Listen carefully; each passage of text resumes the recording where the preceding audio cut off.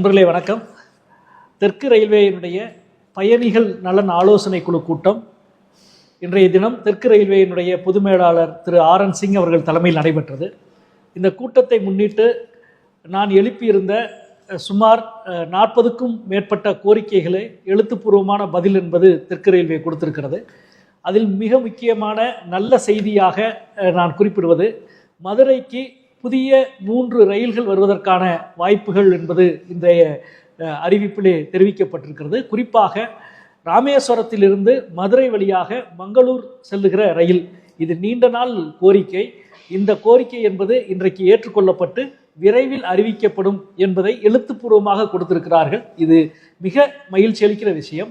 அதே போல திருச்சியிலிருந்து கங்கா நகருக்கும் திருச்சியிலிருந்து ஜோத்பூருக்கும் சென்று கொண்டிருக்கின்ற ரயில் என்பது இப்பொழுது மதுரை வரை நீட்டிக்க வேண்டும் என்று கேட்டிருந்தேன். இந்த 2 ரயில்களையும் மதுரை வரை நீட்டிப்பதற்கான பரிந்துரையை ரயில்வே வாரியத்துக்கு வழங்குவதாக தெற்கு ரயில்வே எழுத்துப்பூர்வமாக பதிலளித்திருக்கிறது. அதற்கும் எனது நன்றியை தெரிவித்துக் கொள்கின்றேன்.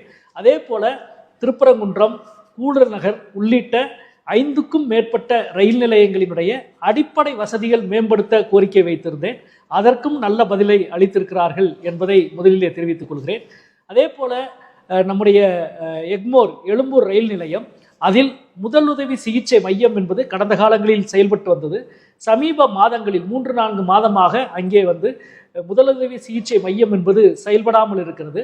ஒவ்வொரு நாளும் சுமார் 50-60,000 பயணிகள் இறங்கி ஏறுகிற அந்த ரயில் நிலையத்தில் ஒரு அவசர சிகிச்சை மையம் என்பது மிக மிக முக்கியமானது.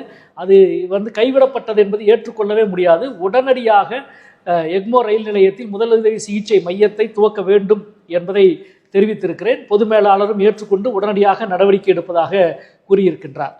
தமிழ்நாட்டு மக்கள் மிகவும் கவலைப்பட வேண்டிய மிக முக்கியமான செய்தி என்னவென்றால், தமிழ்நாட்டினுடைய மிக முக்கியமான நகரங்களினுடைய ரயில் நிலையங்கள், குறிப்பாக மதுரை, கோவை, திருநெல்வேலி, ராமேஸ்வரம், திருச்செந்தூர் போன்ற மிக முக்கியமான ரயில் நிலையங்கள் அனைத்தும் புதிய ரயில்கள் சார்ந்த கோரிக்கை வைத்தால் இட நெருக்கடியால் புதிய ரயில்கள் இயக்க முடியாது என்ற பதில்தான் மீண்டும் மீண்டும் சொல்லப்படுகிறது.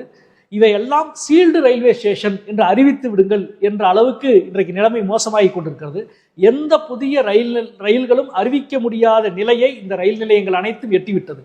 அப்படி என்றால் அடுத்து என்ன செய்ய போகிறோம் என்பதற்கான பதிலே இவர்களிடம் இல்லை. இன்னும் சொல்ல போனால் கடந்த 10 ஆண்டுகளாக தமிழ்நாட்டுக்கு ஒரு புதிய வழித்தடத்தை கூட ஒன்றிய அரசு அறிவிக்கவில்லை.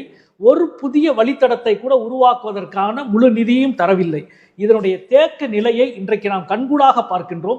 மதுரை, கோவை உள்ளிட்ட பெரிய நகரங்களின் ரயில் நிலையங்களே முற்றுப்பெற்ற நிலையில் இன்றைக்கு வந்திருக்கிறது. இது தமிழ்நாட்டினுடைய ரயில்வே துறை சார்ந்த வளர்ச்சிக்கு, தமிழ்நாட்டினுடைய பொது வளர்ச்சிக்கு மிக அபாயகரமான ஒரு நிலைமையை இது எடுத்து காட்டுகிறது. குறிப்பாக பைபாஸ் ரயில் தடங்களை உருவாக்குவதும் புதிய ரயில் நிலையங்களை உருவாக்குவதும் மிக முக்கியமான ஒரு தேவையாக இருக்கிறது. இதற்கு தமிழ்நாட்டுக்கு, குறிப்பாக தெற்கு ரயில்வேக்கு கூடுதல் நிதி ஒதுக்கீடு செய்தால் மட்டுமே சாத்தியம். கடந்த 10 ஆண்டுகள் வளர்ச்சி திட்டங்களுக்கு நிதி ஒதுக்காததனுடைய மிக மோசமான ஒரு கட்டத்தை இன்றைக்கு தெற்கு ரயில்வே எட்டியிருக்கிறது என்பதை மிகுந்த வேதனையோடு நான் பகிர்ந்து கொள்கிறேன்.